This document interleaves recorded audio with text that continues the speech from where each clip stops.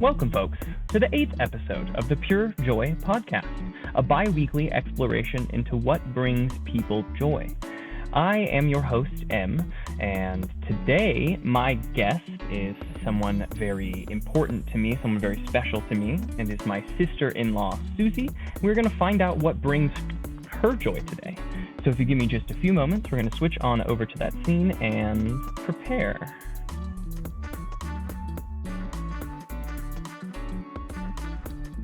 All right. Hello, Susie. Hi.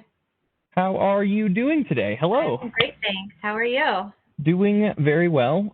We have a little bit of a longer day than expected, about a 16-hour day today, but that's okay. We get paid a little bit of overtime, so that'll be nice. Yeah.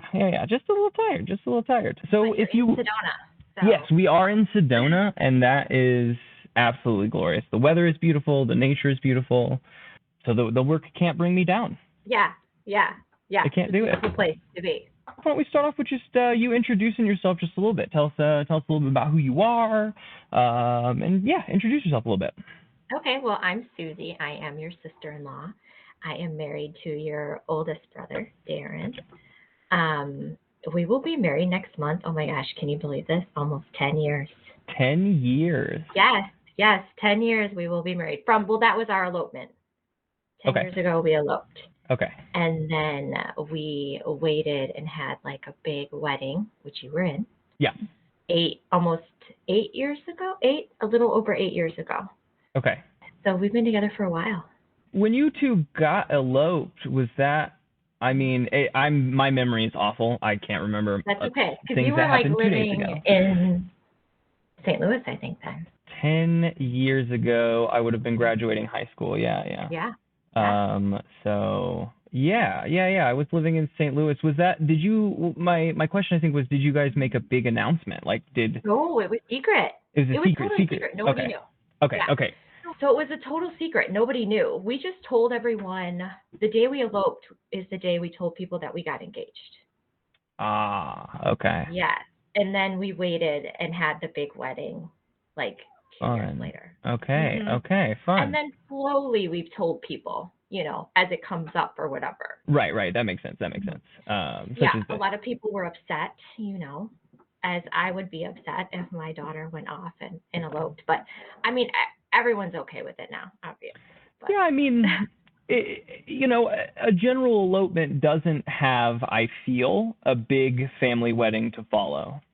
Right. Yes, and so you two had that. True. You did actually have the big ceremony. You did it to the fullest.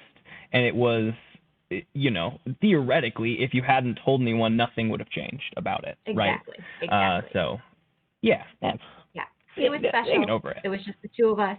Very romantic, most beautiful day of my life. So I wouldn't have changed it for the world. Yeah. No. Yeah. Amazing. Well, that's great. Yeah, so 10 years and now we have 2 kids. And now you have 2 kids. Well, that's amazing. That's amazing. Georgian's 5 and Marvin's 2. She just started kindergarten this week. Oh, right. I got the pictures. I know, you have to send the photos, of course. I just sent them to everyone. It's a big time in our family right now. Yeah. It's a big deal. Yes. So we like to start each of these episodes off with something that has brought us pure joy today. So what has something that you found joy in just today? Okay, so I was in the kitchen this morning and I was thinking about the garden, and I wanted to share with you this beauty. So I was listening to the podcast last week that Casey was on. Yeah. And you guys were talking about squash. Yeah, lots of squash.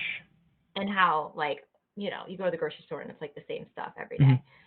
So your brother and I are growing this. It's called a patty pan. Patty pan. I think Casey even mentioned patty pan, or maybe Darin did when he was talking about Casey's response as well. Something about patty pan squash, yeah. Well, it's beautiful. It looks like a pie. The kids love it. And this has brought me joy today and all summer. We've been growing these all summer. They're delicious. Absolutely delicious. So you don't just have to grow zucchini. Right. Where does patty pan rank on is it the same flavor as your normal squash? What are we getting out of it? It's about the same. I would say it's like the same texture as like butternut squash, maybe. Okay, yeah. Casey would probably say no, I'm totally wrong. Sure, But sure. But he knows it's the really 90 good. other squashes. Yes. But it's delicious. I like just cut it up and saute it. You can bake it, and it's so good. And it's such a nice change to have. I mean, zucchini is delicious, but patty pan is also amazing too.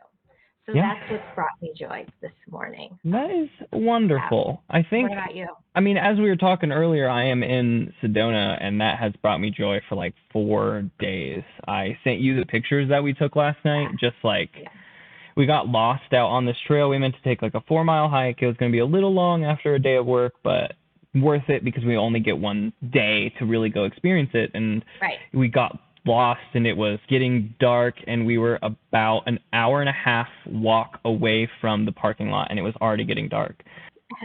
And so we eventually found our way back to the road, and it was on the opposite side of the mountain. So that hour and a half walk was walking around the mountain on the street. And it got dark as we hit the road, but that it was like the most incredible walk I've been on in so long. Like an hour and a half, sure, and after, maybe a 2-hour hike was a long time, but it was just like magical. It was dark. We were in like the mountains, and it felt safe, and it just was like just magical. So I'm like still riding that high as I woke up this morning. It's just a walk I haven't had in such a long time. Nice. So the photos of you that you took of the sky, the night sky, was that on your hike or was that from the hotel? Because it's pitch black. Yeah, actually, so that was the very end. That was as we made it back to the car, because we were, the very last like 30 minutes of the walk was up a pitch black 2-lane highway. Yeah, like the mountain highways in between towns. It basically was that, but we were walking, and it was pitch black. Wow, so, well, you're lucky you're there. I'm envious. I love Sedona. It's such a beautiful place. Lucky that we get the opportunities like this. Like, I like my job already, but getting to stay in a place like this and do these things on top of working and doing what I enjoy is constantly joyous.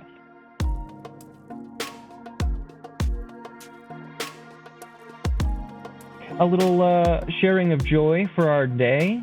What about overall? What in your life brings you pure joy? All right. Well, if you couldn't tell from my intro, what brings me joy the most in my life right now is my family, my husband, and my 2 kids. But, and this is the big but, my family brings me unbelievable love and happiness. Like, I never expected ever to have this kind of relationship with other people in my life ever, until I met your brother and we started a family together. But I would not be able to have as much joy from them if I did not have joy within myself. And that means being healthy, physically, emotionally, spiritually. And also, I would not have as much joy from them if I did not have my own sense of self separate from them. I'm in deep with like being a mom and a wife. So before I had children, I taught 7th and 8th grade, as you know, and, I was fully committed 100%. But with children now, I feel like it's just exploded. Like, I thought I was dedicated as a teacher, but being a mom and staying home, because I'm not working, I stopped working when I had Nora. Staying home, I am completely engulfed in being a mother and a wife. And it's really easy to forget about these other 2 very important aspects of my life. And if I don't take care of those aspects of my life, I'm not going to be able to have joy with my family. And those 2 aspects of your life you had mentioned are being healthy and having, was the other one having a sense of self, retaining that sense of self? Yes.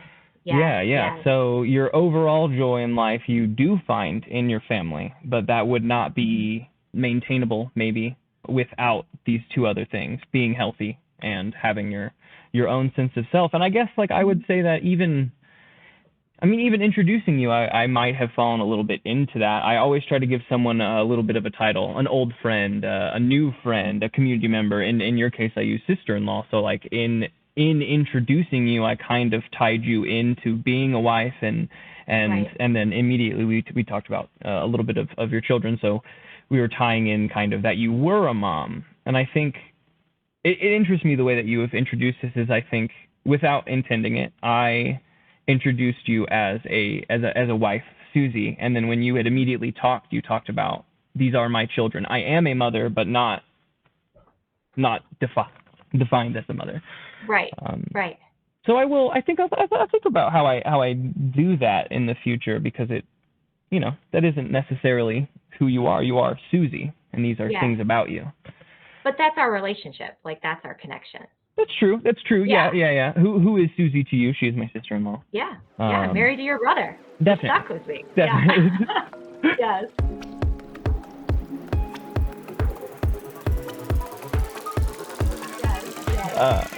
So you talked about you quit working. You were a teacher when Nora was born. How has that transition been, going from, I mean, being a teacher, working the same, I would say, kind of hours at a different rate and pace? Yeah, it was a lot easier than I thought it would be. I never thought, like, before I had children, I never thought I would want to stay home and raise kids. I always thought that I would work. And then when I got pregnant with Nora, I was like, you know what, this is something that I want to do. And I taught in a Catholic school, and it just made no sense because I made no money. I was giving my entire paycheck to the babysitter. But now, obviously, I could go back. I'm thinking about going back, but it was really easy to say goodbye. Like, people always ask me, are you ready to go back to the classroom? Do you miss teaching? And I'm like, no, I don't miss it at all. There's so much work involved in being an educator, especially with the higher grades. I mean, grading like 5-page essays all weekend, those long tests. Like, being a teacher is very, very, very hard work. Mm-hmm. I mean, it takes so much time, the planning and the grading. I mean, I love being in the classroom. I love teaching, but like, there's so much more that goes into it. Oh, yeah. And so like now a 20-hour job. Oh, it's terrible. I mean, it's terrible. And Darin, my husband, is an attorney, and so he works, as you know, a million hours a week. And so if I were to go back now to the classroom, who would be watching our kids on the weekend?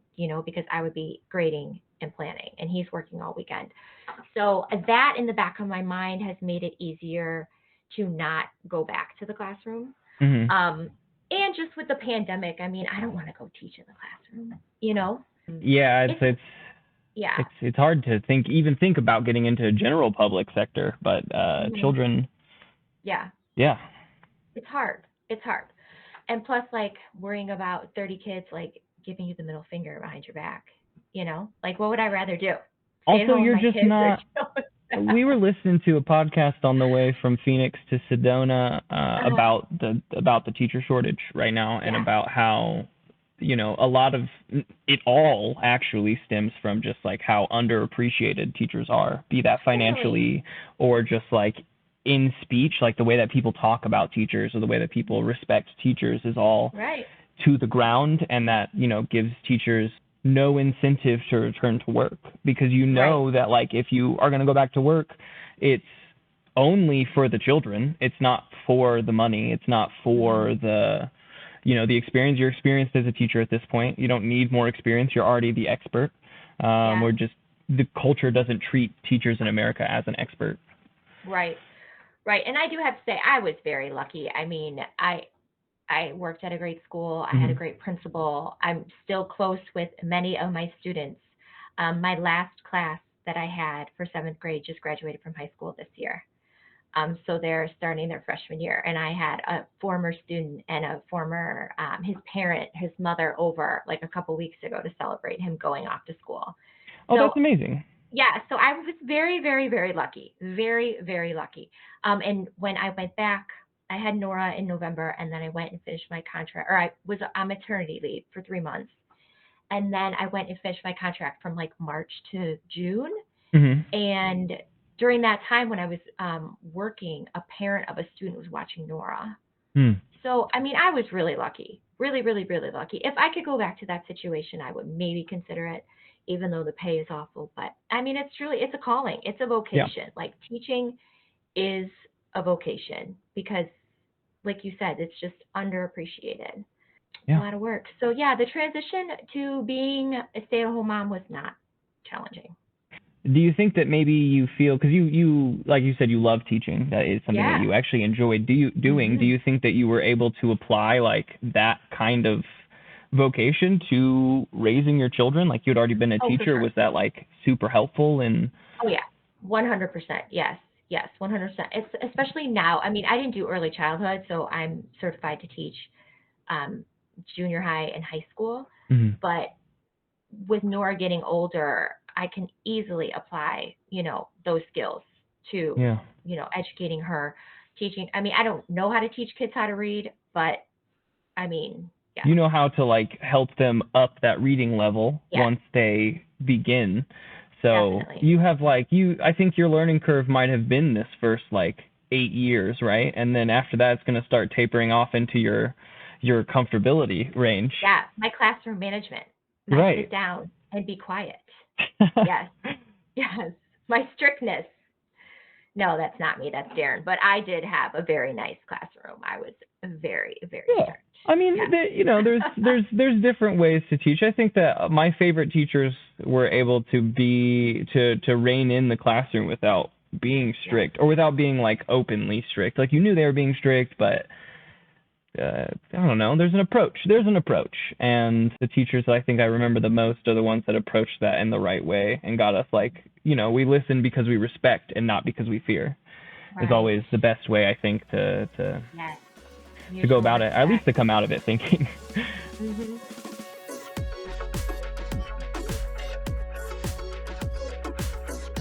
So what about your family brings you so much joy? What in the day-to-day of like being, we'll start with this first, of like being a wife and a mother brings you so much joy? Yeah, I think it's great just to see my little humans growing. Tonight, every Saturday, we have family movie night, and it was my choice tonight. We take turns every week.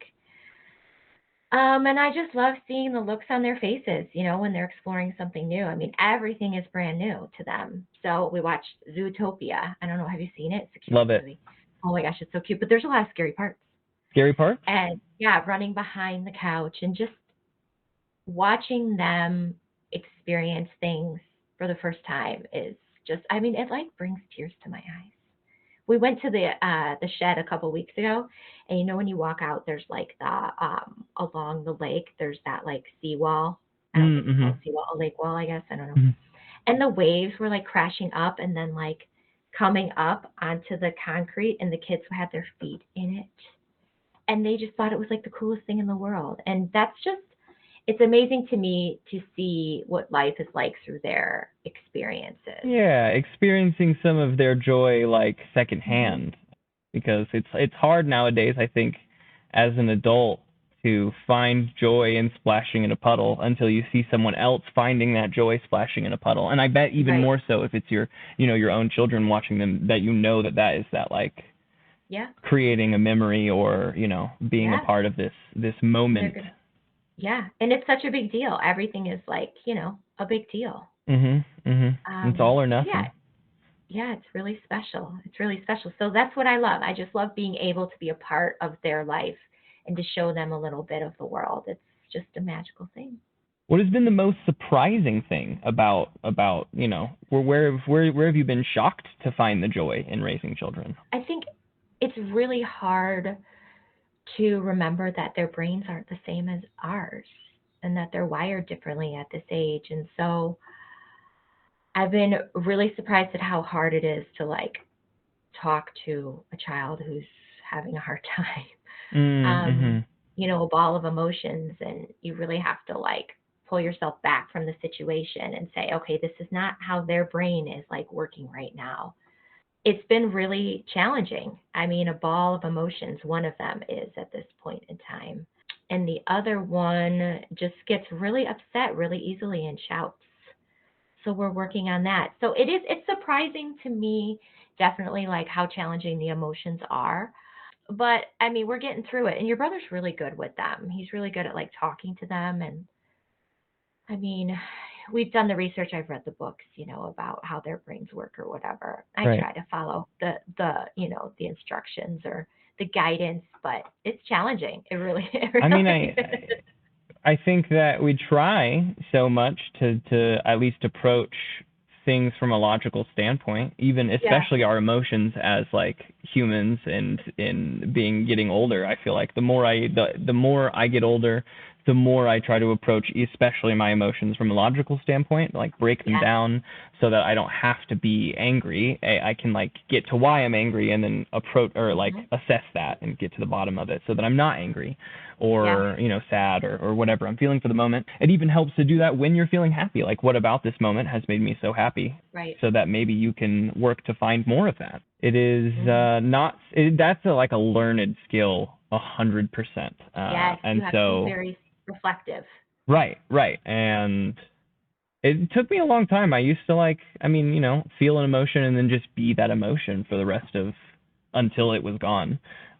Even as like a teenager, that's kind of how I was. So I can only imagine that like a young child who doesn't have that connection yet to realize that, okay, I can take a moment, I can be angry here, but be thinking about it here and process. It's not all anger. It's not, all happiness. It can be multiple things.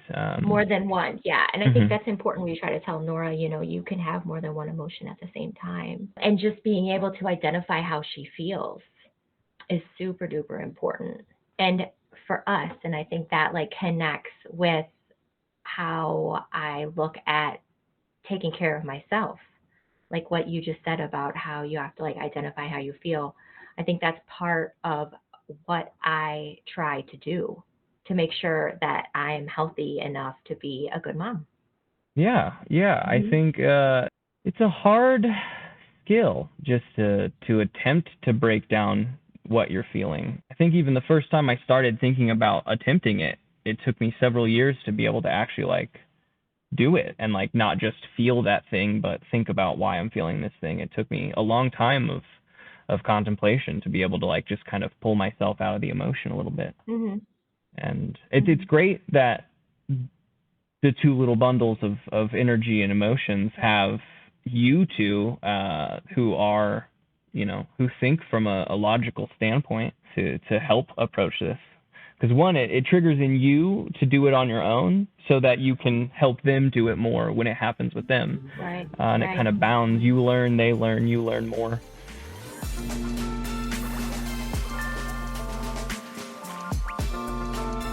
So you're a mother, you're a wife, you find joy in those things, but you also find joy, as we were talking about earlier, in one, just being healthy. Let's start there. What where in your day and throughout your week do you find those times to be the most healthy?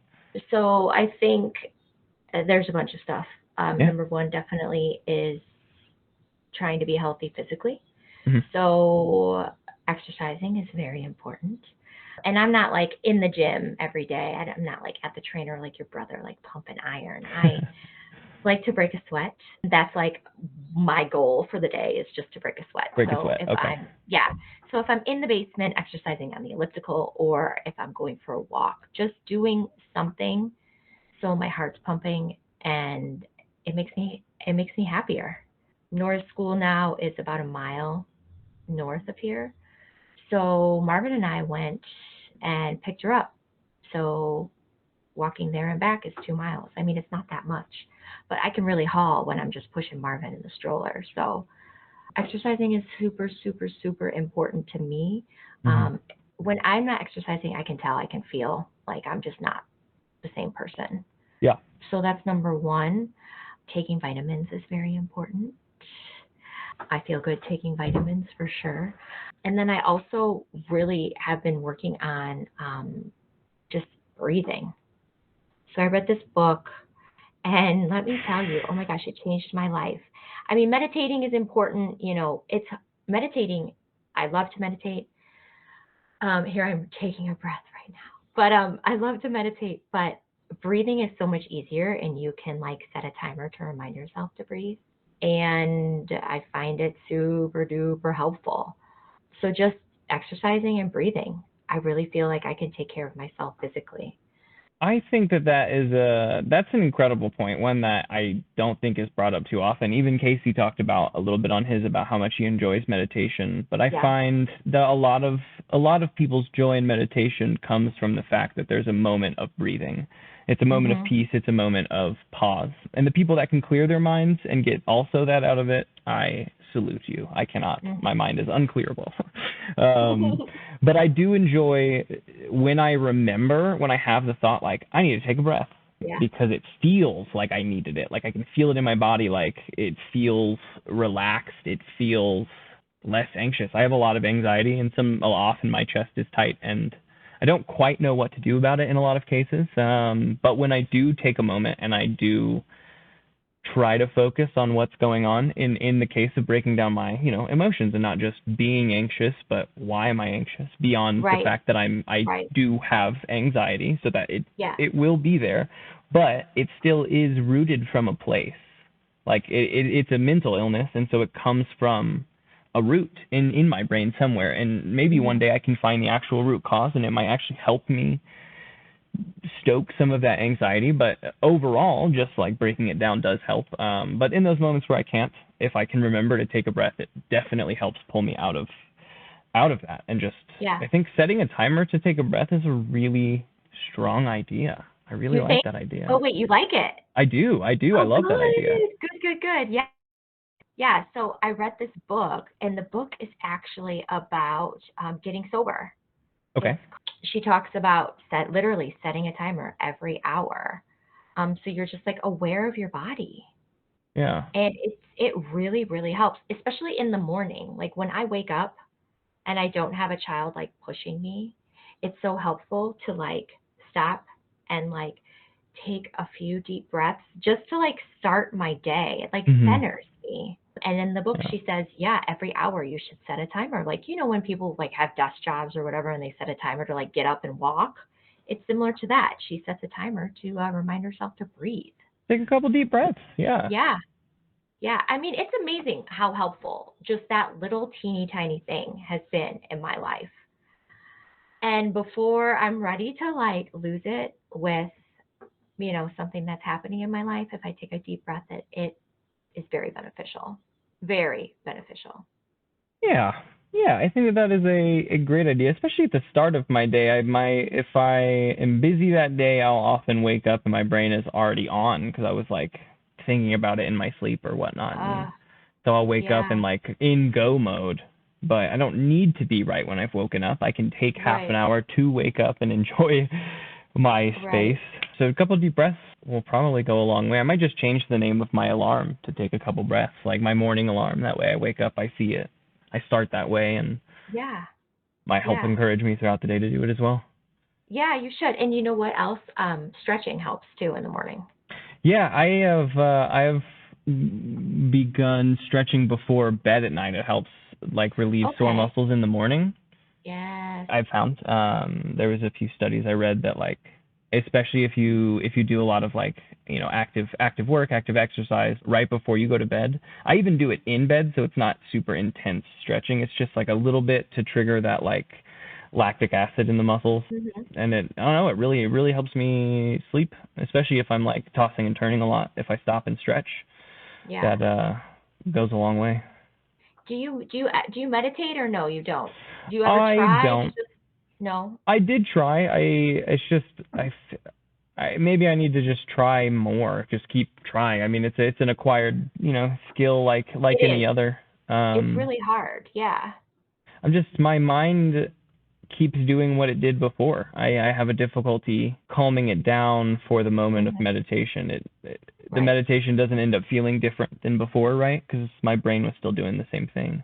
Have you ever listened to like a meditation? Like initially, I would just like sit and focus, listen to anything. But then we took a trip to Yellowstone last year, Yeah. And I found this woman in Spearfish, South Dakota, and we meditated together. And she gave me this meditative link that I could listen to. Mm. And so, it's like Casey would kill me. It's like it's not, maybe it's a mantra. I think it's a mantra, chant. I should know it. Oh boy, I mean, they all have specific definitions. A mantra / chant, quote unquote. Yes, something like that. But I found it very difficult to pay attention and to clear my mind when I was listening to the music. So I just like it complete silence. Like just sitting and focusing on my breathing, even if I do it for a minute. That might help. That might help if I just take away some of the distractions, or I try to find that quiet place. Yeah. I mean, you're not going to be able to meditate for 10 minutes, when you first start. No.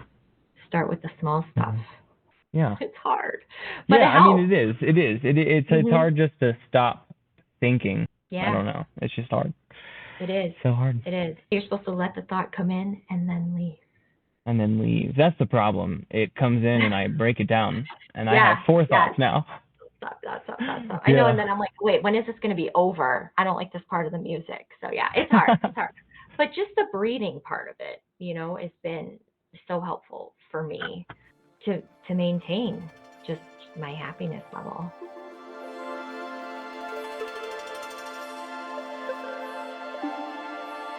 Do you think that any of that helps you retain or find part of your sense of self? Where do you think you find the most parts of your, where do you think your sense of self lies? It's so hard to approach a sense of self question because it's kind of it's like an ethereal concept, but I don't know, where do you think you find those moments of self throughout the day? Yeah, it's hard. I think it's helpful in the morning when I could wake up on my own. I think, when Nora in the morning, she's up bright-eyed, 6 a.m. every morning, and she's right here waking me up. But if I wake up on my own, it's like a totally different morning. If I wake up on my own, I take my deep breaths, and I have a chance just to it's going to be a good day, Thank God for 3 things in my life, and then I can get up and I feel centered, I feel good. Whereas if I have, Nora saying, Mom, Mama, I want to, what can I play or whatever, it starts the day off not the way that it's fine, not every day can be this wonderful, soothing morning, but that makes a big difference just to have that moment to myself. Yeah. That makes sense. Yeah. But throughout the day, again, the breathing, and I really enjoy after the kids go to sleep where I'm able to look at Darin and we can have a conversation. Yeah. Or maybe watch some TV. I'm a big news junkie, so I'm always reading the news. So I try to do that, but it's really hard being a mom and being home and not having a lot of time to myself. Yeah. Yeah, it really is. And I think that my situation now, I can look back on different, times in my life, my career as an educator or different relationships I've had with family or friends. And I can look back on that now and say, wow, I was really all consumed with that. And I wasn't taking care of myself. Oh, definitely. I think it's important, especially now, because this is the most consumed I've ever been by a job, that I do take care of myself because it's really hard. Yeah. Looking back when I was teaching, it's I wouldn't go to the gym after work. I would go home and grade papers. Or, having a relationship that I was dealing with that wasn't healthy, that I was putting everything into and not taking care of my life. So I think that I'm it's really hard what I'm doing now to try to get this balance and trying to be healthy because I want to get the most that I can out of the relationship I have with my family. I think that is one thing I have noticed. I would say that the mine and Kenna's relationship is hands down the healthiest one I've ever been in, even so far as my sense of self. That's a thing I often lose in relationships, or have in the past. And I think ours is very strong because we do give each other the moment to have that sense of self. It's very clear that, like, you know, I want to spend a lot of time with her. But I do enjoy when I find a moment to go on a walk alone, or, you know, when she's like, do you want to go to the store with me? We have some time. And I'm like, you know what? No, I would like to hang out here and have it be silent. I used to listen to a lot of music or have a TV show on all the time, and I think oftentimes I forget to turn those things on now because there's so much, you know, there's so much sound already in my brain that, like, you know, someone will turn on music and it'll literally, like, take me out of my head, and I'll be like, oh shoot, okay, let me do these two things at once. Let me enjoy this music and also like do the same thing I was doing. But yes, I think it's nice being in a relationship that allows you to keep that sense of self. That doesn't, it isn't a consuming relationship, because not either the other person is aware or, you know, has been in the same place, or is just like has a healthy concept on that, whatever it may be, is like incredible. And it allows them to have a sense of self too. If you take a moment to focus on your sense of self, or, you know, yourself, hey, I'm going to take a little bit to myself, it, you know, it can remind someone like Darin, who spends 24/6 working, 24/7 working, and to take just that 15 minutes that you're taking for yourself to maybe also take for his self too. Take a little break.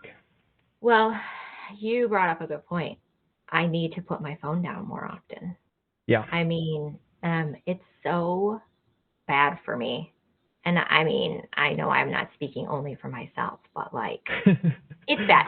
So I can pick up my phone at any point during the day. I don't have a boss telling me I can't. I don't have, you know, students in front of my, you know, desk looking at what I'm reading. So it's become like not a good thing.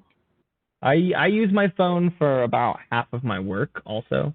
So my screen time reports have gone through the roof, and now the numbers they read I'm uncomfortable with. But I also, I use it so much. I use it as a second computer because it is, and I have the opportunity to like utilize that. But when I'm not working, I definitely try to have that second thought of like put my phone down and look up.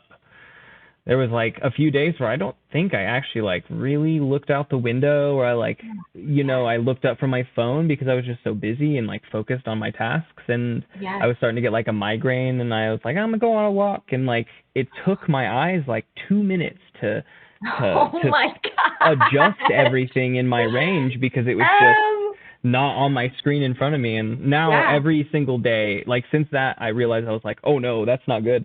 Every single day I make sure I go on like at least a 15-minute walk outside. I have my general path around the park is great.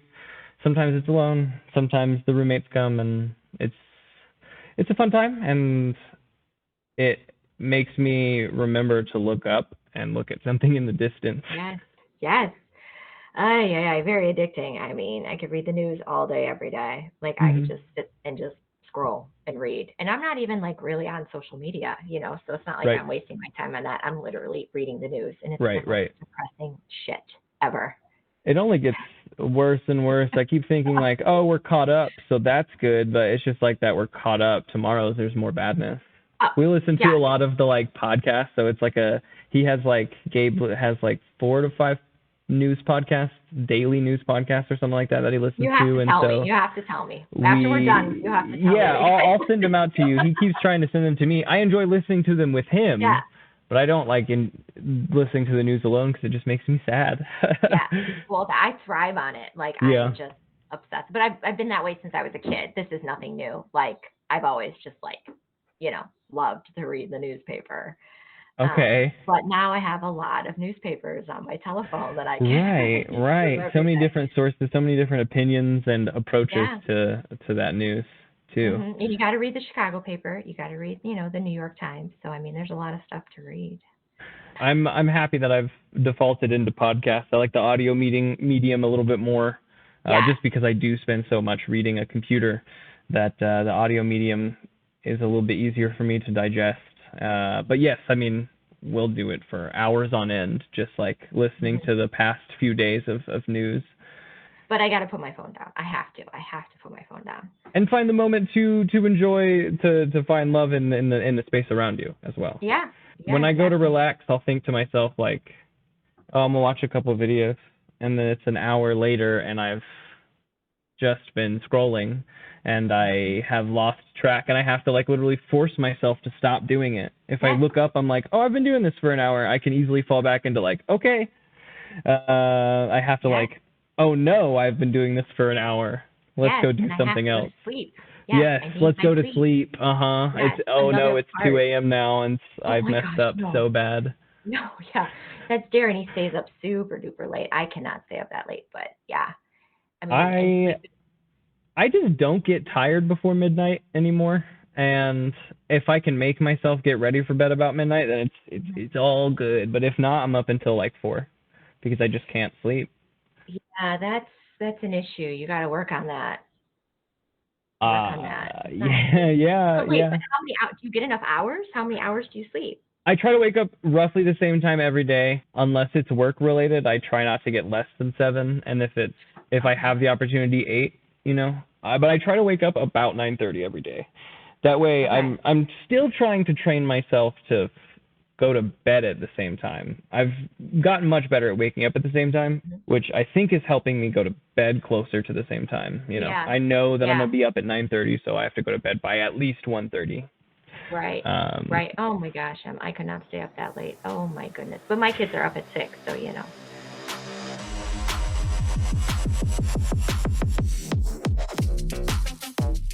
Yeah, I love Do you think that you find the same joy in your own, like, you know, your children and your you know, your husband as you do?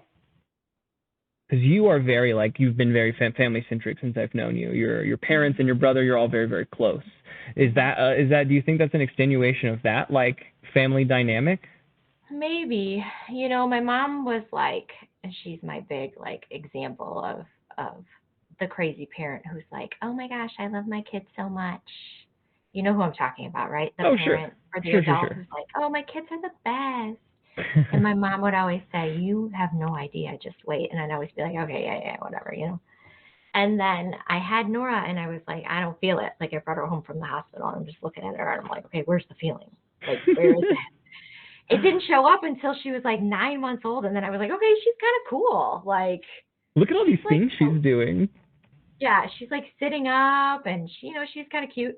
Marvin, it took a little longer. You know, Marvin, it's like he's finally like, he's like 2.5, and I'm like, you're a cool dude. So I think that, like, I've always wondered about that crazy parent feeling, and I have it now. So maybe, you know, my mom was influential in, like, prepping me for it, maybe. But, you know, I mean, I'm close to my family. I'm close to your mom. I'm close to Darin's. I'm really close to Darin's mom. Close to your Grammy. So, yeah, you know, I think it's important to me, you know, to maintain a good relationship with you guys, because Darin is, like, you know, not the best at, like, keeping in touch. I mean, you guys keep in touch. You guys play your games all the time. But, like, I mean, that us talking about the game is probably what spurns 95% of our conversations. That, like, we are also, I would say, not, Casey and I are also just not great at communicating in general. And so, you get 3 of us together, as long as we're enjoying the one thing we're doing, it's so easy to keep that going. And, like, then once the conversation starts, it's so much easier to be like, and then also today I did this. Right. It's really helped develop that out, and, you know, maybe helped us communicate a little bit better. Yeah, and I mean, you guys are spending time together when you guys play your games, so I think that's, like, the most important thing. Definitely. But I'll say, so how's your brother? And he'll be like, oh, he's good. I'm like, what'd you guys talk about? The game. I'm like, okay. Yeah. Well, I guess I'm going to call Sandy and find out what's going on, you know? Yeah. You know, we start off with a brief, like, what have you done this week? Because we play about once a week. Like, how are you this week? And then it's like all game. Yeah. Which is good. I mean, you guys, you know, you get to share that time together. I mean, I'm envious, and my brother and I don't have anything, you know, like that to share once a week hanging out. So it's a good thing for you. This one, this is like the 3rd iteration, maybe the 4th iteration of us trying to do something to create this weekly thing. And I'm finally glad that we found something that, like, we're all addicted to. So it makes it so much easier. we've been trying to do like big family events where maybe the three of us will go out on a trip for several years now. And that feels like it's getting a little closer this time. So hopefully we'll see. Maybe we have to try again. Maybe we don't. Yeah, you guys should try next summer. Yeah. Go camping somewhere. Yeah, that would be the goal. I feel like a lot of my ideas on family are a little colored by my mom and the way that we have, we actively moved from Texas to Missouri to get away from her family. That was like the spoken acknowledgement of why we're moving. And so that definitely colored my opinion and my approach to family, but I'm glad that never bled into like Darin and Casey specifically. And then, by transitive property, you and Nora and Marvin don't fall into that same like family vibe, because there's just like, there's two sides to the family. And I think that has always maybe been how family's been presented to me. So there's two sides. This is your father's side of the family, and this is my side of the family, Yeah. And so it's given me the opportunity to like be able to make that decision, like who do I want to be on my father's side of the family for my children? Right. Quote unquote, it won't be like my brothers and not my partner's family, but like what's the good family and what's the like, not all family is good. Just because you're blood related does not mean that like you two get along or should interact. Yeah, definitely. Yeah, you don't have to be best friends with someone you don't care for. I was very inspired when you sent me your message. I was like, hey, is family still your topic? And you were like, yes, but it is, but it is, it couldn't be your topic without these other two things. Yeah. You would still be a mother, you would still be a wife, but that doesn't mean you would find as much joy in it. Definitely. And it's, joyous. I think I see that joy in you when I like see you do those things. Thanks. I often, when I go into these episodes, me and my partner talk a lot about this, and she's the only person that gets the topics beforehand, except for yours, because we've texted beforehand. She's the only one that gets the topics beforehand, because she'll ask me, like, oh, who's, what's their topic this week, and I'll talk to her because I like conversing with her. She's sweet. She's the best. And we try to guess people's topic when it's coming up. Like the week before, we'll try to like, what do you think this person's topic's going to be? Yeah. And I thought, my guess was that either yours or Darin's would be family. But then if it was, I was hoping that and knowing you two, of course, you would talk about it, since you are both aware that like, you're coming up. I'm assuming that it's been exchanged. And then hoping that like both of you wouldn't do that. But now, even if he chooses to fully dive into that, it's okay, because it will be different from this. Yours is family with this, and his will, of course, be family with something else in the way that he approaches that, if it is, and if it's not, and incredible. But she said, Kenna guessed that it wouldn't be family. She didn't fully know what it would be, but she guessed that it would not be family because she often calls you badass. She thinks that you're incredible, and she thinks that you're just like a very powerful woman. And so she thought, she was like, yes, of course she finds joy in family, but I bet Susie is gonna like bring something that like shows that she's not just not just a wife, not just a mother, but that there's all these other layers. And you did. And you hit both of those things. You're like, here's my family, and also I'm not just these things. And that was like, that's great. I don't think we've ever come that close to guessing in a way. I would say that we didn't guess it, but like it feels like in the spirit of the thing. Yeah. Oh, she's going to be so happy. Yeah, I think so. I love it. You guys need to start betting. I think so. I think we need to like at least do a drawing board on the whiteboard, like who thinks what, because Gabe's in the house now, so he could put some opinions forward. Right. Yeah. Oh, I love it. I love it. Oh, that's so sweet.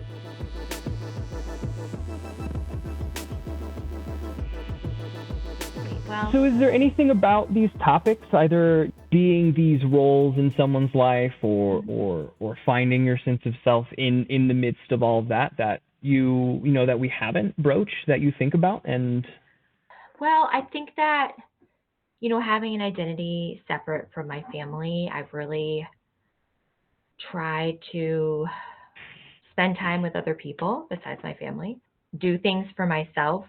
Darin said today, he's like, just go. Like, just go. Go to the store. Like, going to the store by myself is like a big deal. So trying to do that. I'm going to Mexico with some friends next week, which... Vacation. Yeah, I know. But I know it's like a really big deal because I'm leaving I'm leaving my family. But it's a big deal for me to leave. But I need to do it. Yeah. I need to just go. Darin's like, you need to go. Like, just go. And I was like, ooh, okay. Have you done something like that since Nora's been born?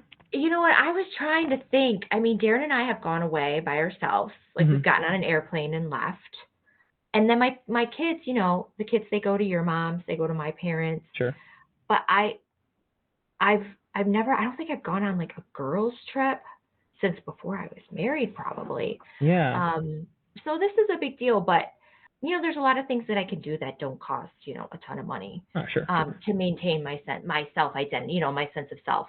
I do volunteer work with Nora's. I'm on Nora's school board, and then I volunteer for that arts organization. So I do a lot of work with them, but I think it just helps me remember that like there is a side of me that isn't, you know. Yeah.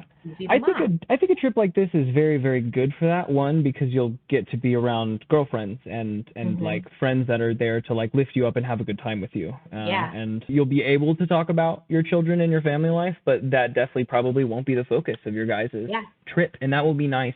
I think even if in the end to show you this is okay to go on a trip like this, to go spend this time for yourself, because even though you know it's okay, you know, there might be a part of you that says like, it's not, like, I don't have the time to do this. 100%. 100%. Yes. And it is, I mean, like, it is okay because you know, you deserve this time. You've put in 6 years of work. Not that no one else has, but that, you know, you have put in 6 years of work, and at least a little break going to enjoy yourself in Mexico will be glorious. I know, just to like read a book on the beach and have a glass of champagne, you know, I mean, I'm really looking forward to it. But yeah, trying to not lose myself, because it is. And I think looking back, there's so many times in my life where I have not, like, where I've like been completely in something when I should have remembered, like, you have to maintain your identity. You have to like compartmentalize, you know, this aspect of your life.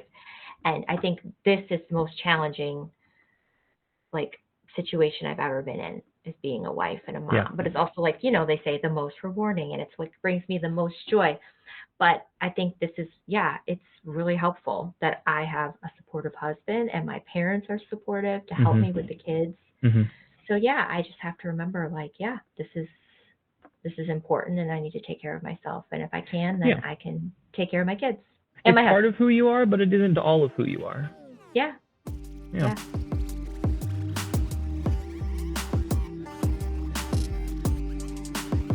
Well, I think that this is a good as a moment as any to begin drawing it to a close here. I really enjoyed this conversation. It was great to approach a joy that sort of has a caveat. I mean, it doesn't, right? You'd find joy in being a mother, but it's great that you have this understanding of it to like say that, like, I'm able to find this joy because I have my control on these two things. Definitely. And that's important. Sometimes, you know, people find it hard to find that joy, but maybe there's a little bit a lack of control on some aspect. Maybe you might be able to find that joy if you can control a moving part of your life and find joy in that. Start small, get a little bigger. Interesting thoughts anyway. Yeah, definitely. Well, it was lovely having you on. It was so great to talk. Yeah, always. I will. I'll send you little clips and updates as I'm editing it. We will talk soon. All right. Love you. Take care. Love you too. Bye. Bye. All right, folks. As for the rest of everyone else, I want to thank you all for coming out and joining on the 8th episode of the PureJoy Podcast. Today, my guest was Susie Williams, my sister-in-law. She is wife to my eldest brother, who will be our next guest. But as you learned today, she is so much more than that. She is a wife and a mother, but that does not define who she is.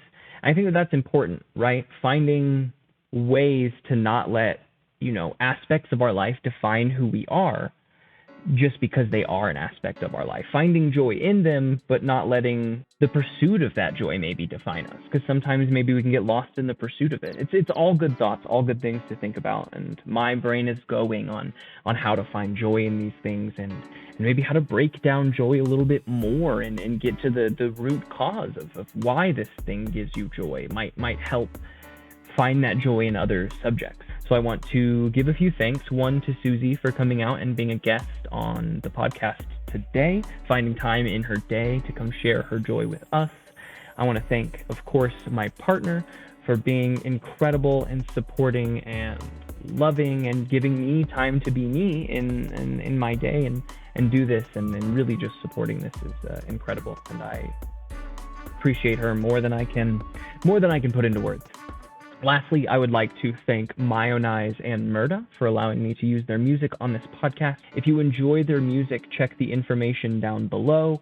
Let's talk dates, folks. Let's see. We will be back again on August 11th, where I will be interviewing my eldest brother, Darin, on what brings him joy. And then the episode with Darin that we record on the 11th will be out on the 18th of September, so keep an eye out then as well for our next episode to go live on the podcatchers. I really appreciate you folks coming on out and joining, and we'll see you next time. Thanks for joining on the PureJoy Podcast.